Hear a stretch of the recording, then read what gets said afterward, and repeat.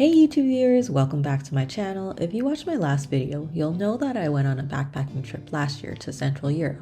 Today I wanted to talk to you about the second city that I visited, Warsaw, Poland.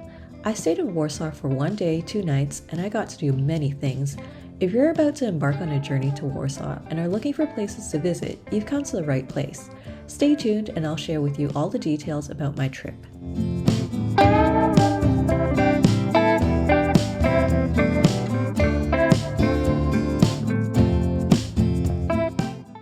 In this video, I'll be discussing the following things: places I visited, accommodations, food, transportation, and how much I spent on my trip. Before we continue, I would greatly appreciate it if you could support my channel by giving this video a like, leaving a comment below, and subscribing to my channel. Let's begin. Places I visited. The first place that I went to was the Museum of King Jan III's Palace at Wilano. The Museum of King Jan III's Palace at Wilano is a captivating destination that showcases Polish history and culture. While you're there, you can explore the beautifully restored Baroque palace, which features stunning architecture and beautiful interiors filled with art and antiques. The surrounding gardens are also a gorgeous sight to see, offering a serene escape with picturesque landscapes. The second place that I stopped at was Leni Park. Leni Park is an urban oasis in Warsaw known for its stunning landscapes and historical significance. At the park, you can stroll through beautifully landscaped gardens, admire the iconic palace on the Isle, and enjoy the impressive outdoor sculptures, including the famous Chopin monument. The park is perfect for leisurely walks, picnics, and cultural events, and often hosts summer concerts featuring classical music. The next destination I went to was the Museum of Frederick Chopin in Warsaw. The Museum of Frederick Chopin in Warsaw is a must-visit for music lovers and history enthusiasts. Housed in a beautifully restored palace, the museum offers an immersive experience into the life and works of Poland's famous composer.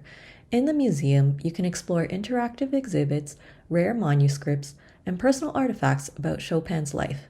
I didn't end up going inside the museum, but I did end up taking pictures and videos of the outside of the building. The next place that I went to was the Warsaw University Library. What makes the Warsaw University Library a must-visit destination is its stunning architecture, rich history, and vibrant cultural atmosphere. Situated along the Vistula River, the library has an impressive rooftop garden that offers breathtaking views of the city. The second last place that I visited was the Palace of Culture and Science. The Palace of Culture and Science in Warsaw is an iconic landmark that offers a glimpse into the city's history and culture. As the tallest building in Poland, it features incredible architecture influenced by Soviet design. Inside the building, there are theaters, museums, and a cinema. There is also an elevator you can take to the top of the observation deck where you can get lovely views of the city skyline. The last destination I went to was the Warsaw Old Town. The Warsaw Old Town is a UNESCO World Heritage Site that captivates visitors with its charming cobble streets, colorful facades, and rich history, and is probably the most touristic part of the city. Rebuilt after World War II, it showcases the resilience of the city and features stunning landmarks such as the Royal Castle and the Market Square. While you're there, you can explore cute cafes, boutique shops, historical sites, and immerse yourself in the vibrant atmosphere. Accommodations. I stayed for 2 nights at a hostel called Fry House, and it cost me $45.26 Canadian. The room that I stayed in was a 4-bed female dormitory room. On a scale from 1 to 10, I would rate my stay a 6. The reason for this rating is because although the facilities were clean and the service was acceptable, I did not know that the hostel was located right beside a concert hall. The days that I was there, they had a K-pop concert going on. All my hostel mates were concert goers, so they made a lot of noise coming back from the concerts, and it interrupted my sleep. If it weren't for my hostel mates, I would have probably given this hostel a rating of 8. Food. I was in Warsaw for only 1 day. On that day, I woke up late and had lunch and dinner only. For lunch, I went to the food court in the mall, which was across the street from the hostel. The mall was called Fort Walla. At the food court, I had some food court quality Asian food. I had some house noodle soup and a bubble tea to top it off. In total, it cost me 48 zloty, which is about 15 Canadian, pretty standard for a food court meal. For dinner, I went to a highly recommended restaurant on TripAdvisor called Sapiasek. Sapiasek is located in the heart of Warsaw Old Town. When I was there, they had a lineup by the door at 4:30 p.m. I had to wait about 25 minutes to get a seat. Once I was in the restaurant, I ordered the traditional Polish dumplings with fruit and a mug of dried fruit compote. The mug of dried fruit compote really hit the spot after a long and cold day of traveling.